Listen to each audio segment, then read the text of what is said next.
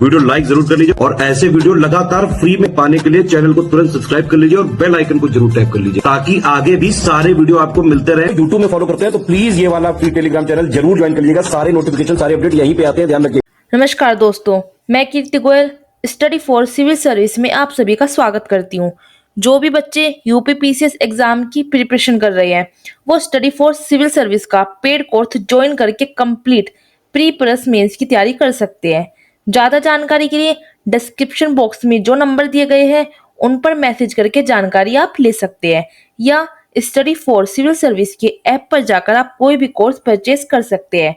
आज हम क्लास में हिस्ट्री की PYQ करेंगे। डेली आपको जैसे ही क्लास प्रोवाइड होती है।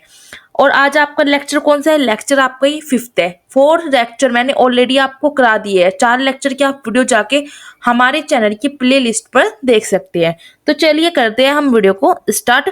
और आज का जो आपका क्वेश्चन है वो कौन सा है? आपका 97 क्वेश्चन है।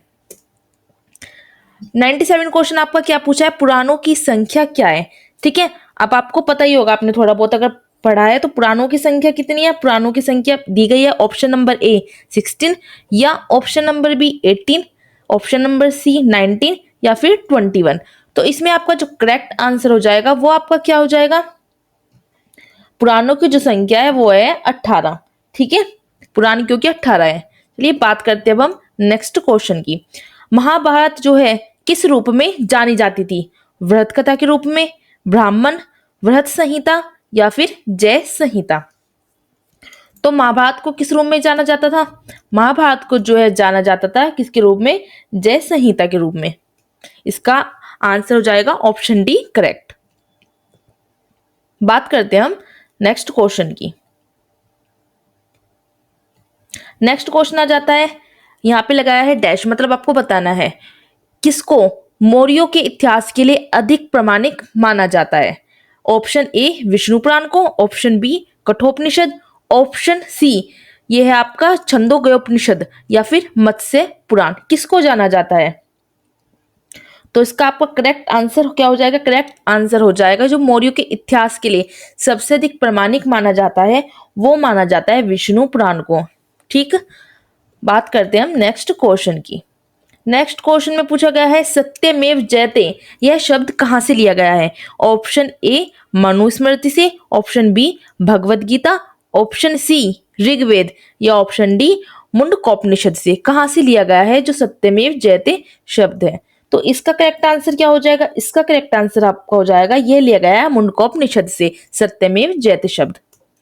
नेक्स्ट हम क्वेश्चन की बात करते हैं जो है कि ऋग्वेद की मूल लिपि क्या थी? जो ऋग्वेद है उसकी मूल लिपि क्या थी? देवनागरी थी, खरोष्टी थी, पाली या फिर ब्राह्मणी? क्या थी इसकी?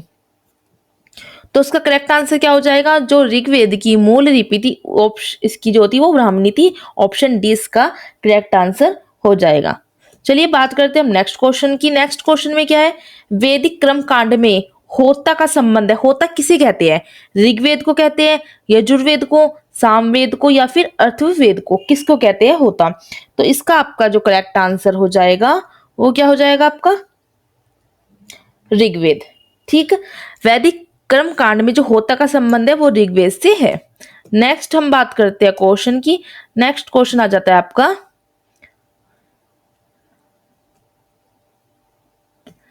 अवेस्ता और ऋग्वेद में समानता है। अवेस्ता और ऋग्वेद में समानता है। और अवेस्ता किस क्षेत्र से संबंधित है? भारत से, ईरान से, इजराइल से या फिर मिस्र से? तो किससे संबंधित है अवेस्ता? तो इसका करेक्ट आंसर क्या हो जाएगा? इसका करेक्ट आंसर हो जाएगा यह ईरान से संबंधित है अवेस्ता। नेक्स्ट हम क्वेश्चन की बात करते हैं जो है कि वैदिक काल में किस जानवर को अग्रगण्य माना गया है? तो किसको माना गया है? ऑप्शन दे रखा है आपको, बैल को, भेड़ को, गाय को या फिर हाथी को। तो वैदिक काल में जो है अग्रगण्य माना गया था वो माना गया था गाय को। ठीक है, बात करते हैं हम नेक्स्ट क्वेश्चन की। ऋग्वैदिक काल के शुरुआत में निम्नलिखित में से किसे महत्वपूर्ण मूल्यवान संपत्ति समझा जाता था? भूमि को, गाय को, स्त्रियों को या फिर जल को? किसको समझा जाता था? तो इसका करेक्ट आंसर क्या हो जाएगा? जो ऋग्वैदिक काल में समझा जाता था किसको? अग्रगण्य को, मतलब जिसको गाय कहते हैं।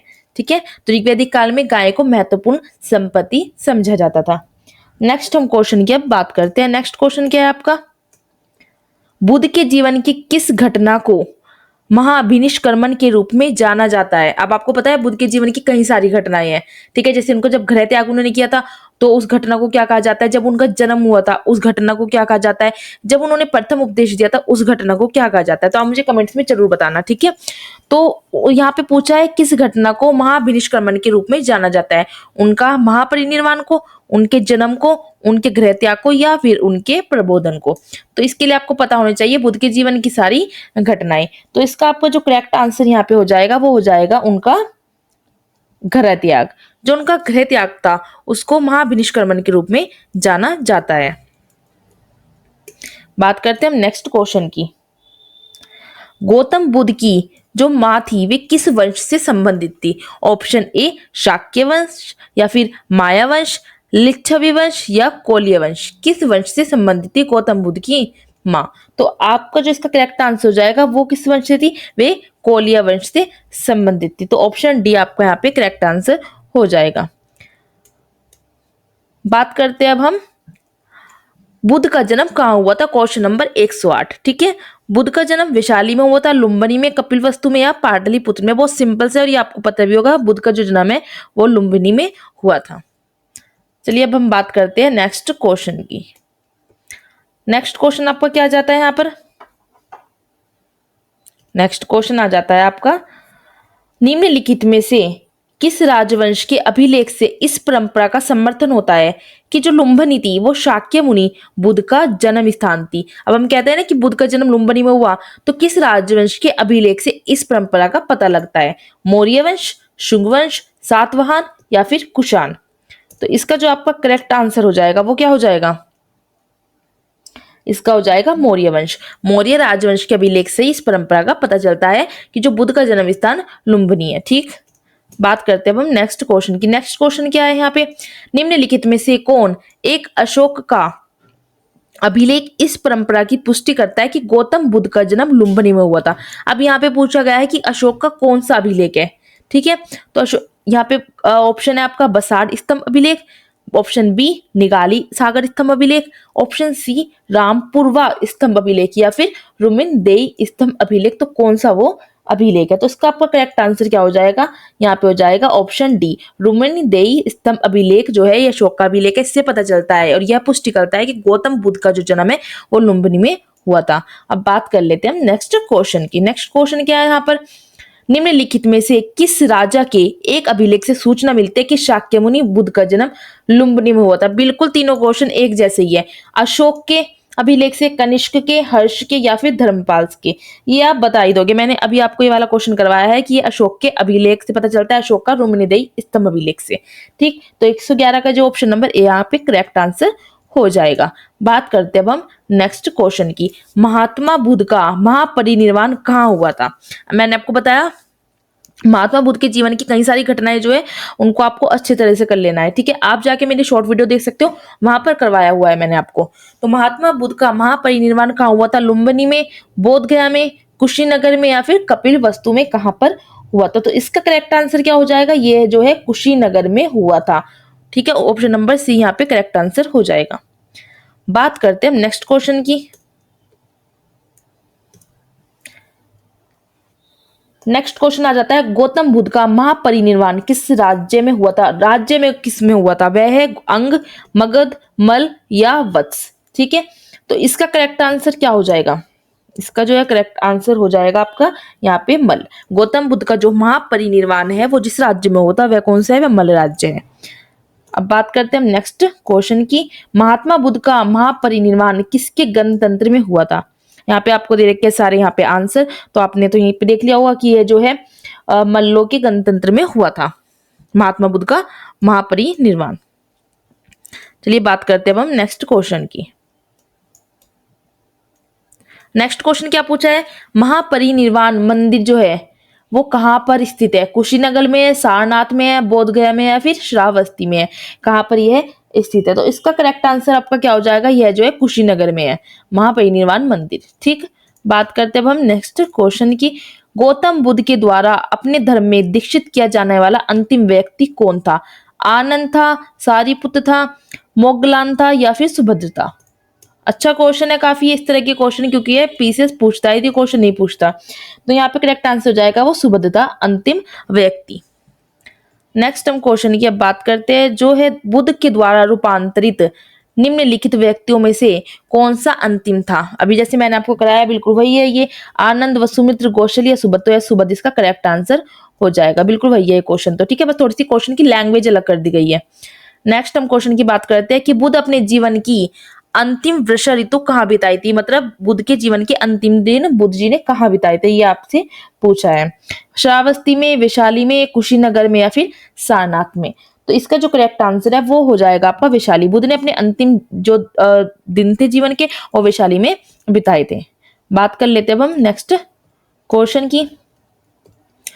आर कलाम कौन थे? ये पूछे जाते हैं। ये बुद्ध के एक शिष्य थे या एक प्रतिष्ठित बौद्ध भिक्षु थे, बुद्धकालीन एक शासक थे या बुद्ध के गुरु थे, पूछा जाता है। तो जो अलार कलाम थे ना वो बुद्ध के गुरु थे। ठीक है, देखिए ऑप्शन 119 का जो है आंसर इसका डी हो जाएगा, अलार कलाम। अधिकतर बच्चे क्या सोचते हैं कि बुद्ध के शिष्य हो गए, बट नहीं, ये बुद्ध के गुरु थे। उनका पूरा नाम ही था अलार कलाम। ठीक, चलिए बात करते हैं हम नेक्स्ट क्वेश्चन पर। नेक्स्ट क्या है? महात्मा बुद्ध ने अपना पहला धर्म चक्र प्रवर्तन किस स्थान पर दिया था? लुम्बिनी में दिया था, सारनाथ में दिया था, पाटलिपुत्र में दिया था या फिर वैशाली में दिया था? कहां पर दिया था? तो आपका इसका जो करेक्ट आंसर हो जाएगा वो हो जाएगा सारनाथ। पहला जो धर्म चक्र प्रवर्तन है, उनका पहला उपदेश था वो उन्होंने सारनाथ में दिया था। बात करते हैं हम नेक्स्ट क्वेश्चन की, जो है कि सारनाथ में अपना प्रथम प्रवचन किसने दिया था? तो ये जैसे कि मैंने अभी आपको कराया, महात्मा बुद्ध ने दिया था अपना प्रथम प्रवचन। ठीक, बात करते हैं हम नेक्स्ट क्वेश्चन की। आप देख रहे होगे कितने सारे महात्मा बुद्ध से रिलेटेड क्वेश्चन है, तो महात्मा बुद्ध वाला टॉपिक तो आपको क्लियर ही कर लेना है। धर्म चक्र प्रवर्तन किया गया था कहाँ पे? सांची में, श्रावस्ती में, सारनाथ में या फिर वैशाली में? तो यह कहाँ पे किया गया था? सारनाथ में किया गया था। तो करेक्ट आंसर हो जाएगा यहाँ पे सारनाथ। नेक्स्ट क्वेश्चन की बात करते हैं हम कि बुद्ध ने सबसे ज्यादा उपदेश कहाँ पर दिए थे? वैशाली में दिए थे, श्रावस्ती में, कौशाम्बी में या फिर राजगृह में? सबसे ज्यादा जो इन्होंने उपदेश दिए थे वो दिए थे इन्होंने श्रावस्ती में। तो करेक्ट आंसर हो जाएगा श्रावस्ती। बात करते हैं अब हम नेक्स्ट क्वेश्चन की। बुद्ध कौशाम्बी किसके राज्यकाल में आए थे? ठीक है, ये यहाँ पे शतानिक के काल में आए थे, उदयन के, बोधि के या नीचशु के काल में आए थे? तो क्या इसका करेक्ट आंसर हो जाएगा? इसका जो करेक्ट आंसर है वो हो जाएगा यहाँ पे ये उदयन के काल में आए थे। बात करते हैं अब हम नेक्स्ट क्वेश्चन की। तो नेक्स्ट क्वेश्चन क्या है? नेक्स्ट क्वेश्चन है कि बुद्ध की मृत्यु के पश्चात प्रथम बौद्ध संगीति की अध्यक्षता की गई महाकश्यप के द्वारा, धर्मसेन के द्वारा, अजातशत्रु के द्वारा या फिर नागसेन के द्वारा? ये अध्यक्षता पूछी गई है, आपको याद रखना है। ठीक है, कई बार बच्चे कंफ्यूज हो जाते हैं, ये पूछते हैं कि प्रथम बौद्ध संगीति का शासक पूछा है, बट आपसे पूछिए यहाँ पे अध्यक्षता। तो ये जो है महाकश्यप के द्वारा की गई थी। आपको ये 4 बौद्ध संगीतियां है, ठीक है, और आपको चारों बौद्ध संगीत के बारे में पता होना चाहिए। इन पर मैंने जो है शॉर्ट वीडियोस बना रखी है, आप शॉर्ट में जाके देख सकते हो। एग्जाम के पॉइंट ऑफ व्यू से काफी इंपोर्टेंट शॉर्ट वीडियोस होती है हमारी। ठीक है, तो चलिए बात करते हैं हम नेक्स्ट क्वेश्चन की। नेक्स्ट क्वेश्चन क्या जाता है? नेक्स्ट क्वेश्चन है कि सप्तपर्णी गुफा स्थित है कहाँ पर है? सांची में, नालंदा में, राजगृह में या फिर पावापुरी में? सप्तपर्णी जो गुफा स्थित है वो स्थित कहाँ पे है? तो इसका करेक्ट आंसर आपका हो जाएगा यहाँ पे राजगृह में। ठीक है, बात करते हैं हम नेक्स्ट क्वेश्चन की। नेक्स्ट क्वेश्चन क्या है कि चतुर्थ बौद्ध संगीति कहाँ हुई थी? देखिए आगे यहाँ पे क्वेश्चन कनिष्क के शासनकाल में हुई थी, अशोक के शासनकाल में हुई थी, हर्षवर्धन के शासनकाल में हुई थी या फिर मेनांडर के शासनकाल में हुई थी? तो इसका करेक्ट आंसर क्या हो जाएगा? जो चतुर्थ बौद्ध संगीति है वो कनिष्क के शासनकाल में हो जाई थी। तो ऑप्शन ए इसका करेक्ट आंसर हो जाएगा। बात करते हैं अब हम नेक्स्ट क्वेश्चन की, जो है कि निम्नलिखित में से 4 स्थानों में हुई बौद्ध संगीतों का सही क्रम आपको लगाना है। वैशाली, राजगृह, कुंडलवन और पाटलिपुत्र। मतलब कि सबसे पहले कहाँ पे हुई थी उस क्रम में आपको लगाना है। ठीक, तो इसका करेक्ट आंसर आपका क्या हो जाएगा? चलिए देखते हैं। सबसे पहले राजगृह में हुई थी, उसके बाद होती है वैशाली में, उसके बाद होती है पाटलिपुत्र में एंड उसके बाद कुंडलवन में। जो पहली बौद्ध संगीति राजगृह में हुई थी, ठीक है, दूसरी बौद्ध संगीति वैशाली में होती है, तीसरी जो बौद्ध संगीति है वो पाटलिपुत्र में होती है एंड जो फोर्थ है लास्ट बौद्ध संगीति वो कुंडलवन में होती है। तो सीरीज बैठ जाएगी 2, 1 और 4 और 3। तो यहाँ पे आपका डी जो है करेक्ट आंसर हो जाएगा। बात करते हैं नेक्स्ट क्वेश्चन की। नेक्स्ट क्वेश्चन क्या आ जाता है कि द्वितीय बौद्ध संगीति का आयोजन कहाँ हुआ था। देखिए मैंने जैसे आपको बताया, आपको चारों बौद्ध संगीति, उनके शासक, उनमें अध्यक्ष कौन कौन से थे, ठीक है, उसमें हुआ क्या था आपको ये पता ही होना चाहिए। तो यहाँ पे द्वितीय बौद्ध संगीति का आयोजन कहाँ हुआ था, राजगृह में हुआ था, वैशाली में, पाटलिपुत्र में या फिर काशी में। तो इसका आपका करेक्ट आंसर क्या हो जाएगा, द्वितीय बौद्ध संगीति का इसका हो जाएगा आपका वैशाली। प्रथम जो बौद्ध संगीति हुई थी वो राजगृह में हुई थी एंड द्वितीय वैशाली में हुई थी। बात करते हैं हम नेक्स्ट क्वेश्चन की। देखिए वही वाला क्वेश्चन आ गया आपकी, प्रथम बौद्ध संगीति का आयोजन हुआ था किसके शासनकाल में हुआ था, आपसे ये पूछा है। अनिरुद्ध के शासनकाल में, अजात शत्रु के शासनकाल में, बिंबिसार के शासनकाल में या उदयभद्र के शासनकाल में। तो इसका करेक्ट आंसर क्या हो जाएगा, अजात शत्रु के शासनकाल में। जो प्रथम बौद्ध संगीति है वो जो है अजात शत्रु के शासनकाल में हुई थी। द्वितीय बौद्ध संगीति की बात करें तो ये किसके शासनकाल में हुई थी, जो द्वितीय बौद्ध संगीति है वो है शिशुनाग वंश का कालाशोक, ठीक है, उसके शासनकाल में हुई थी। और प्रथम अजातशत्रु। अब आप मुझे कमेंट्स में बताओ कि जो थर्ड और फोर्थ बौद्ध संगीति है वो किसके शासनकाल में हुई थी। ठीक है, तो आज के लिए इतने क्वेश्चंस काफी है। तो हम नेक्स्ट क्लास में आगे की जो है PYQ देखेंगे, ठीक। और इस तरह से आपकी हिस्ट्री, ज्योग्राफी सब मैं complete कराऊंगी।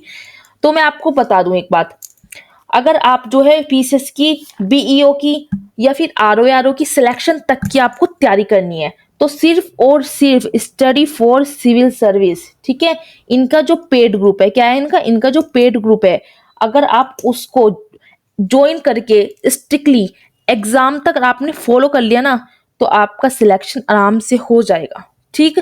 Study for civil service को अगर आपने ज्वाइन कर लिया तो आपका एग्जाम तक सिलेक्शन आराम से हो जाएगा, कट ऑफ आपके आराम से निकल जाएगी।